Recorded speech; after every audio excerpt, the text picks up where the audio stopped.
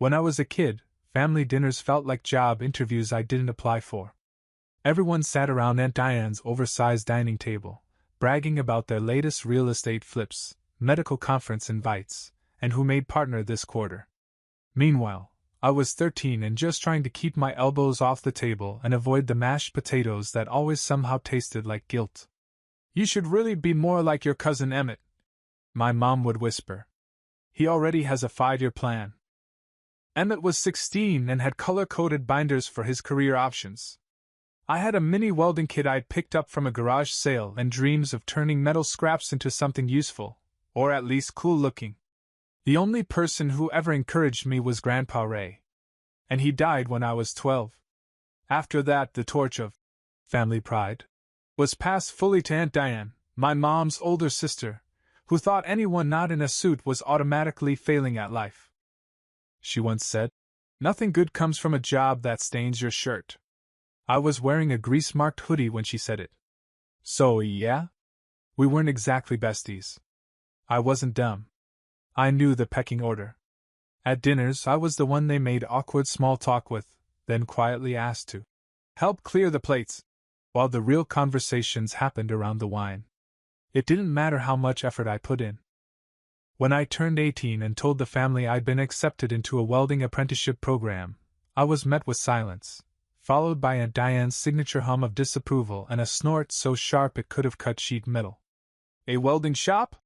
she repeated, loud enough for even the salt shaker to feel judged. "You mean, like a garage?" I didn't respond. I didn't correct her either. Just nodded slowly, like I was too tired to explain the difference between welding structural steel and doing oil changes next to a vending machine. Mom tried to change the subject. Emmett coughed into his salad. Someone asked about Diane's vacation plans to the Amalfi Coast, and just like that, my dream disappeared from the table. But I didn't forget it. I worked nights at a machine shop while doing my apprenticeship during the day. My uniform was always stained, my hands were always scraped, and for some reason, I was the happiest I'd ever been. The sparks, the rhythm, the heat, it made sense to me. It was honest. Every weld told the truth. No fluff. No family PR campaigns or LinkedIn humble brags. Still, for 5 straight years, every family gathering was the same. Diane would glance at my jeans, then sip her wine like it hurt her gums to look at denim. "So still welding?" she'd ask, dragging out the word like it was a disease. "Yep," I'd say. "Still welding." No one ever asked why I loved it. Or what I was building. Or what kind of contracts I'd picked up. Not once. Until I stopped showing up. The thing is, you get tired of being everyone's punchline. Of sitting at the table as the cautionary tale. They all treated my silence like consent, like I was okay with being overlooked. But deep down, every skipped invite, every passive-aggressive comment, every fake smile they tossed my way, it burned. But welding taught me something. If you apply heat long enough, even metal remembers. So I saved. 5 years, 3 jobs, no vacations, no help. I skipped fancy takeout, wore boots until the soles gave out, and poured everything into my goal, my own welding shop. I didn't make an announcement. Didn't post it on Instagram. Didn't send a grand opening email with balloons and confetti. Just signed the lease, painted the walls, put up a sign that read, "Forge and Flame Welding Company," and got to work. It wasn't glamorous. But it was mine. 2 months later, I hired my first crew. By the end of year 1, we had city contracts, HVAC support work, and a 4.8-star Google rating. Still no acknowledgement from the family. Not even a, "How's that little garage thing going?" I didn't care anymore. Until one freezing January night, my phone buzzed. Blocked number. I let it ring once, then again. Then I checked the voicemail. And there it was. That voice. Panicked. Cracked. Confused. "Hi. This is Diane. I know it's late. But the furnace, it exploded. There's smoke, and Emmett's trying to. I don't know who else to call." I stood still in the shop, staring at my phone like it had grown teeth. She didn't say, "Please." She didn't say, I'm sorry. Just. I don't know who else to call. I looked over at my crew, still finishing up a job for a bakery across town. Then at our jackets, brand new navy canvas with a flame logo on the back and bold white letters under it. Welding crew, forge and flame. I texted our group thread. Emergency call. Suit up. Address coming in too. Time to show her what a garage could really do. I won't lie, I hesitated. The address she left in the voicemail was burned into my brain. Aunt Diane's house. The shrine of superiority.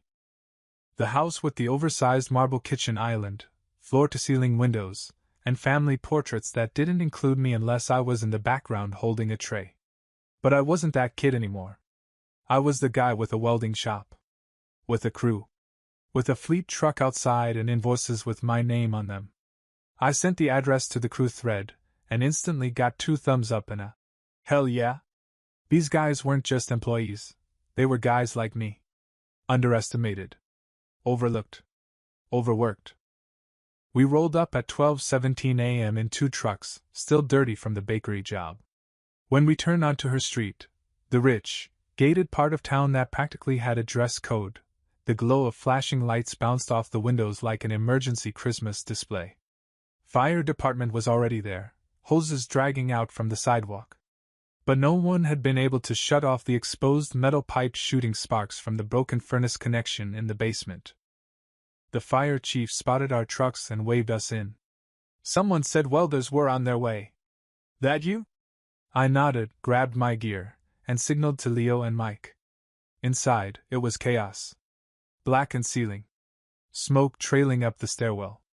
Aunt Diane stood in the kitchen, hair a mess, wrapped in what looked like a $400 robe with pearls embroidered on the collar. Her mascara had surrendered completely. And standing next to her? Emmett. Holding an empty fire extinguisher like a toddler with a toy lightsaber. When Aunt Diane saw me, she froze. Her mouth opened, but no words came out. Probably because, behind me, my crew stepped through the door, each one wearing navy jackets with the Forge and Flame logo glowing from the streetlights outside. Her eyes landed right on my chest. Mason? She croaked. I gave a short nod and kept walking past her. Which way's the basement? She blinked like I'd just spoken Latin. Then pointed. I could have said a lot right then. Something snarky. Something like, still think it's just a garage? Or, don't worry, I won't stain your floors. But I didn't. We weren't there for that. We got to the basement, assessed the damage, and got to work. It wasn't pretty. The exposed connection was warped, the pipe threading had failed, and there was visible soot across the insulation. Leo handled the arc, Mike kept the area cleared, and I did the shielding. 25 minutes later, the immediate danger was stabilized. We welded the break, patched the joint, and sealed off the source before anything worse could happen. When I came back upstairs, Aunt Diane was sitting at the counter like someone had unplugged her confidence. She looked up slowly. I didn't know who else to call, she muttered. That made me pause. She'd said that in the voicemail too, like it was some confession. But I wasn't looking for her apology. Because let's be real, she didn't call me because she respected me. She called me because she had no one else left. And that said everything. Still, I just said, glad we could help. Then Emmett, perfect hair, still trying to catch his breath, spoke up. That was fast, he said. I thought you were still, just starting out. I smiled at him. Not sarcastically. Just a real, tired smile. We've been around, I said. People just don't always notice. We packed up, signed the fire department's log, and headed back out into the cold. No more words exchanged. No tip. No thanks. No, we'll call you next time. But I wasn't waiting for that. Because the next morning, something happened that did matter. I walked into the shop with a fresh coffee and saw Leo scrolling through his phone. He held it up. You've seen this yet? It was a post. From Aunt Diane. No caption. Just a blurry photo of our crew jackets, taken through her cracked kitchen window. And in the comments? A thread full of her neighbors asking for our contact info. That blurry window photo? It did more for our shop than a year of handing out business cards ever had.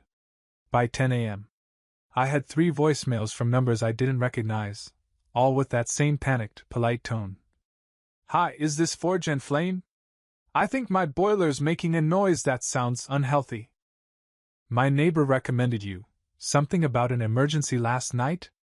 You do fireplaces too? I saw a picture of your jackets on Nextdoor. Can you squeeze me in this week? Apparently, Diane hadn't just posted the photo, she'd shared it in her neighborhood Facebook group.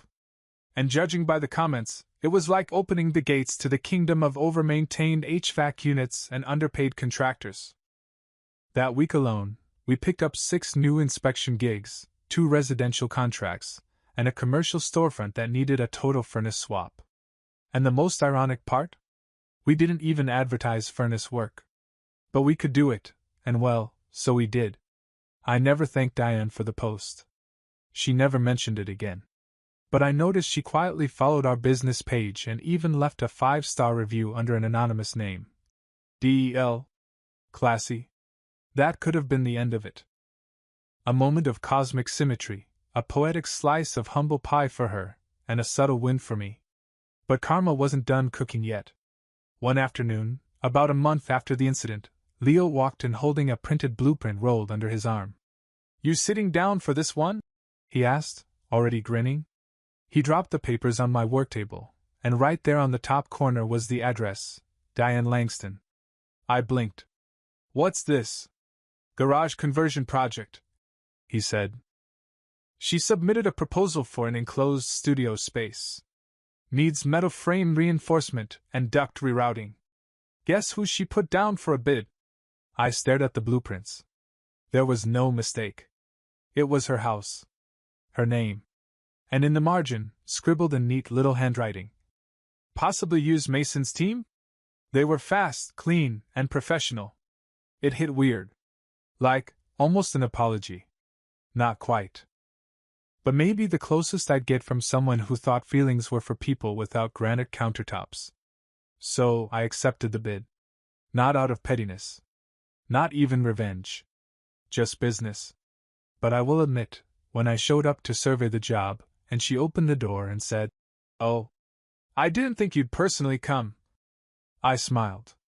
"We run a hands-on shop," I said. Her face twitched like she wasn't sure if she should offer me coffee or ask me to wipe my boots before stepping in. The work took 4 days. We framed her precious little studio space with reinforced beams, rerouted her ducting, installed a thermal barrier, and cleaned up better than any contractor she'd ever hired. The final invoice?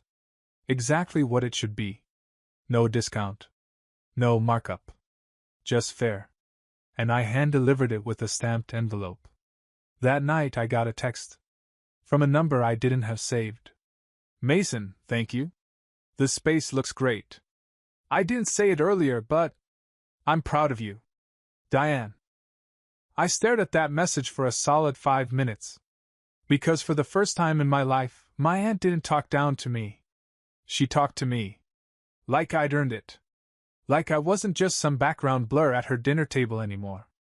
The week after Diane's garage project wrapped, something shifted. Not in Diane, she was still Diane. Still wore silk robes to answer the door, still triple-filtered her water like she was preparing it for a NASA experiment. But in the family? Oh yeah? The whispers had started. It came in subtle waves. First, a cousin I hadn't spoken to in 2 years dropped into my DMs like we were besties in middle school. Hey man! Didn't know you were doing so well. Might need a gate welded soon. Got time? Then Uncle Greg, the same guy who once laughed so hard at my trade school acceptance letter that he choked on a shrimp cocktail, casually mentioned over the phone that he had a little railing rust by the pool. I could maybe take a peek at. Wild how quickly you'll never make it with your hands turned into, hey, can you help us fix what the last guy messed up? But the real curveball? My mom. She invited me over for dinner. Just me. No Emmett. No distractions.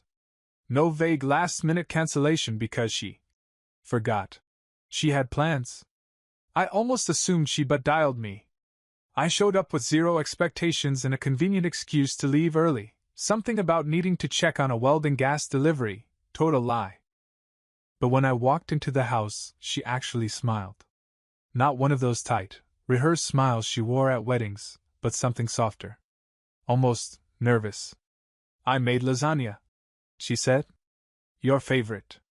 From scratch. I blinked. Last time she made something for me, it was guilt with a side of disappointment. We sat at the table, and for once, she wasn't scrolling her phone or asking how Emmett's app was doing. She actually looked at me. You've been busy lately, she said. I've seen the posts. I almost choked. You're on Facebook? Don't act surprised, she muttered. Diane made sure everyone saw those jackets. Said you handled that furnace better than the fire crew. And there it was. The ripple effect. Diane hadn't just posted the photo. She'd talked. To friends. Neighbors. Family. Suddenly my garage wasn't a joke anymore. My welding shop had become a cocktail party anecdote. We ate in quiet at first.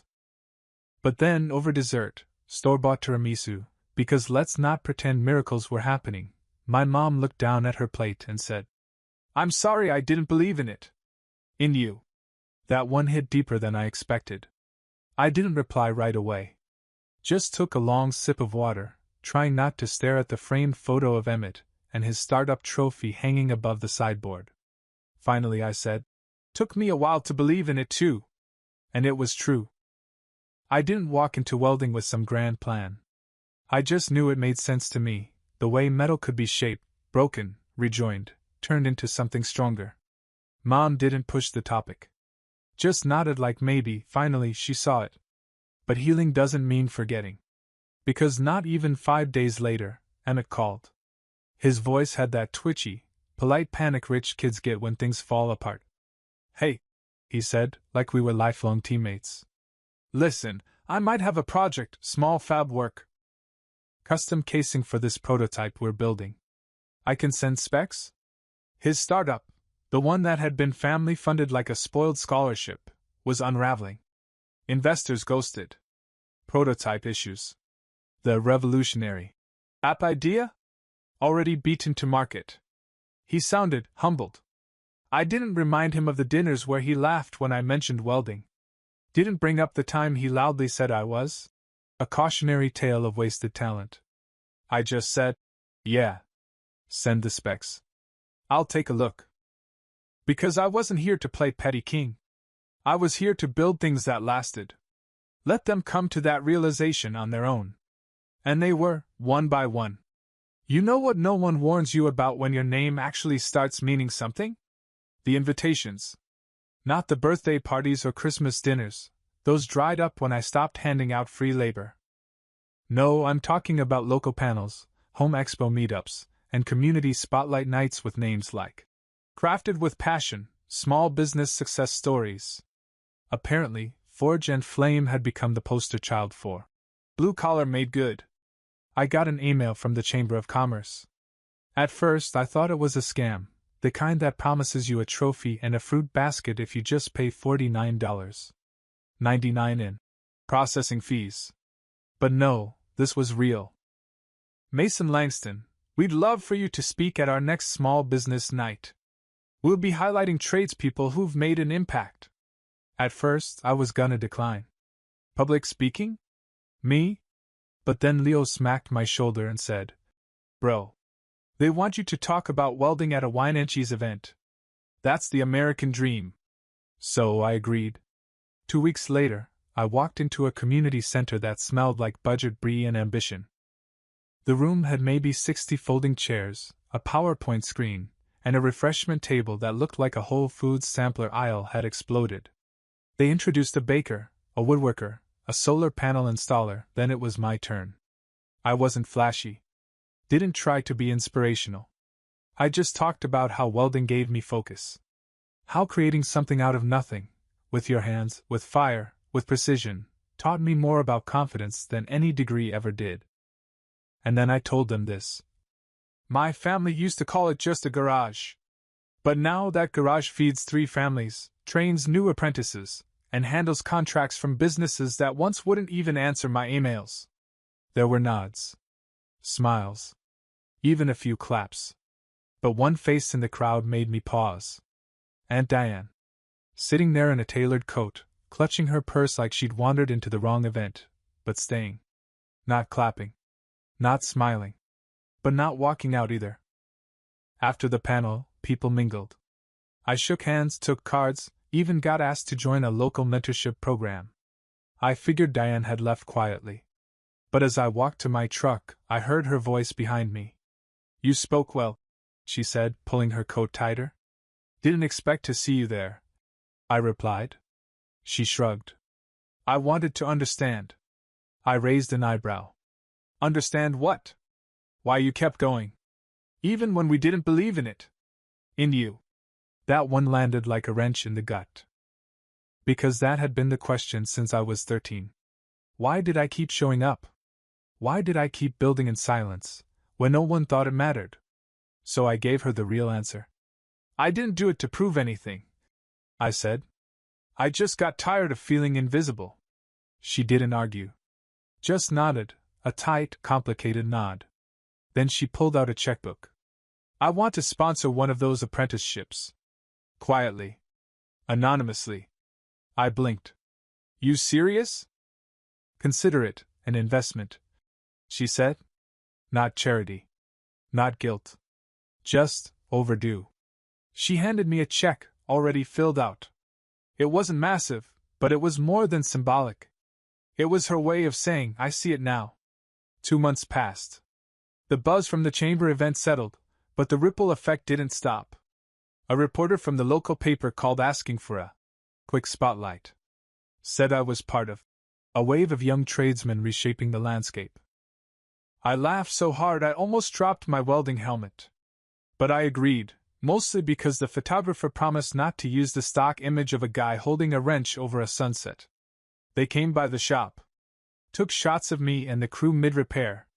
Leo flexed dramatically in the background of one, which ended up on the front page of the business section, naturally. The headline? Forge and Flame, from just a garage to neighborhood backbone. I didn't send the article to anyone in the family. Didn't need to. By noon, my phone buzzed with a photo from a number I didn't recognize. The article, cut out and taped to a fridge. The message just said, Look who made it onto Mom's sacred fridge space. It was Diane. I stared at it longer than I should have.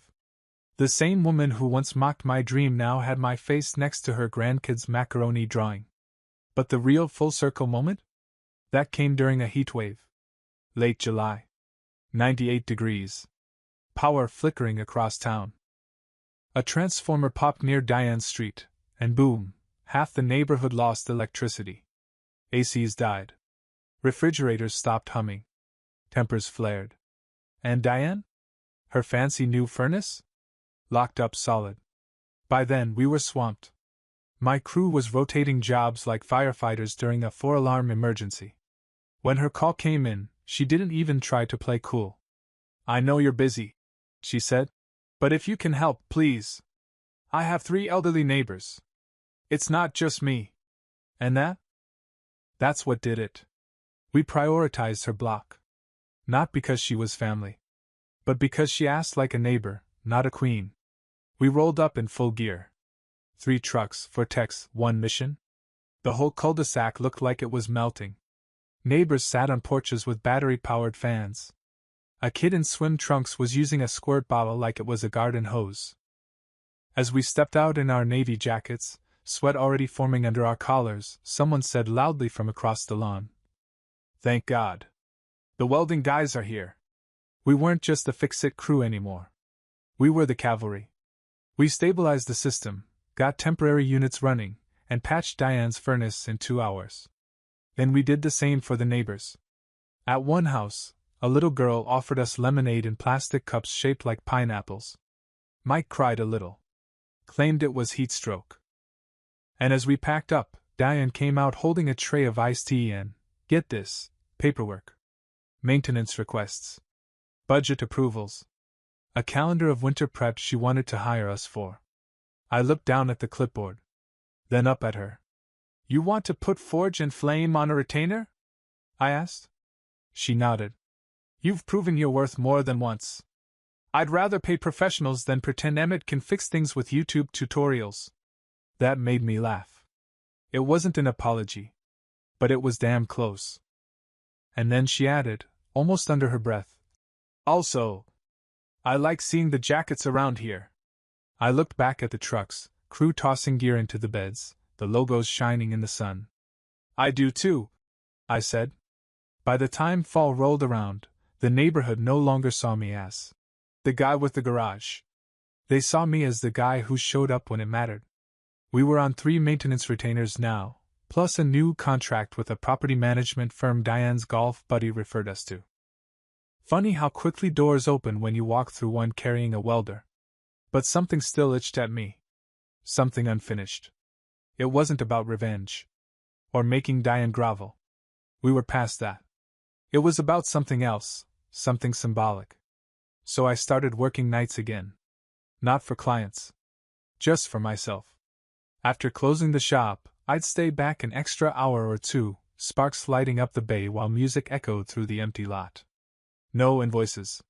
No pressure. Just me and the steel. It took 2 weeks to finish the piece. When I was done, I stared at it for a long time. It wasn't flashy. No flames or logos or declarations of success. Just a simple wrought iron bench, curved perfectly, with welded vines on the side and the initials D, L, folded subtly into the frame. I had no idea why I built it. It just felt like something I had to do. The next day, I showed up at Diane's house with it in the back of my truck.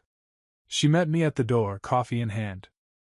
I didn't order anything, she said cautiously. I know, I replied. This isn't for work. Her eyes narrowed like she was expecting me to hand her a bill anyway. Then I opened the tailgate. Her expression froze. Is that? I made it for you, I said. For the porch. Or the garden. Wherever. She stepped down slowly, running her fingers across the welds, the texture, the flow of metal shaped into something soft. Did you do this recently? Last 2 weeks. After hours. She looked stunned. It's beautiful. And then something wild happened. She sat. Not like a test. Not like she was afraid it would collapse or stain her pants. She trusted it. And for a solid minute neither of us said a word. Then she patted the space beside her. I used to think welding was just brute work, she admitted.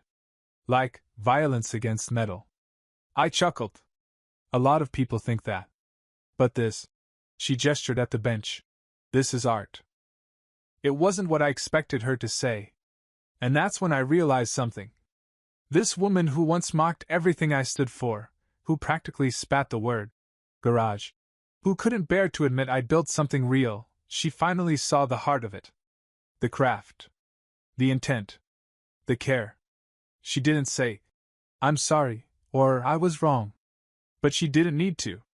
Because sometimes, recognition doesn't come with an apology. It comes with a place to sit. She invited me in afterward. Offered me coffee in a mug that said, Boss Lady, which felt ironic. We talked about the shop, the crew, the plans I had for training new welders from trade schools. Then she asked something unexpected. Would you ever consider teaching? Not full-time. Just mentoring. I know some kids who'd benefit. I raised an eyebrow. You mean kids who might want to grow up and open a garage? She winced, laughed softly. Okay. I deserve that. Yeah, I said. You kinda do. The bench stayed on her front porch. A week later, I drove by on the way to a client and saw Diane sipping tea on it like it had always been there. I don't think she knew I passed, but she looked peaceful. Almost proud. I wasn't expecting anything else. But then, 3 days later, a certified envelope showed up at the shop. Leo handed it to me with a smirk and said, Please tell me this isn't a lawsuit. It wasn't. Inside was a single-page document, notarized with crisp headers. It was a lease transfer. Diane was handing over the deed to her old metalworks warehouse, the one her husband had bought years ago and left unused, collecting dust near the edge of town. She'd signed it over to me. Full rights. 0 rent. Just a single condition written in pen at the bottom. Forge and flame annex teach. Build. Leave the door open for those who come next. D.L. I sat there in the back office for a solid 10 minutes, just holding it. That same warehouse she once mocked me from, saying I could sweep floors there one day, was now mine. Officially. When I called to ask why, she said it simply. You made something out of nothing, Mason. You turned sparks into structure. I don't need the space anymore. But the next you? He might. We opened Forge and Flame Annex 6 months later. Bigger bays. More stations. Welding certification nights. Open shop for teenagers with questions and hands that didn't fit inside textbooks. We put up a plaque above the door. This used to be called just a garage. Now it's where fire becomes future. People ask me sometimes what changed. What made my aunt go from laughing at my dream to investing in it? Truth is, I don't think it was a single moment.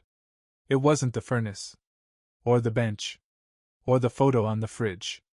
It was all of it, built slow, welded together with consistency. See, when people stop seeing you as a punchline and start seeing you as a blueprint, that's when things shift. And the next time someone smirks and asks, "A welding shop? You mean like a garage?" I don't respond. I just hand them a card. And let them see the name glowing on the back wall. Forge and Flame. Founded in fire. Built with pride.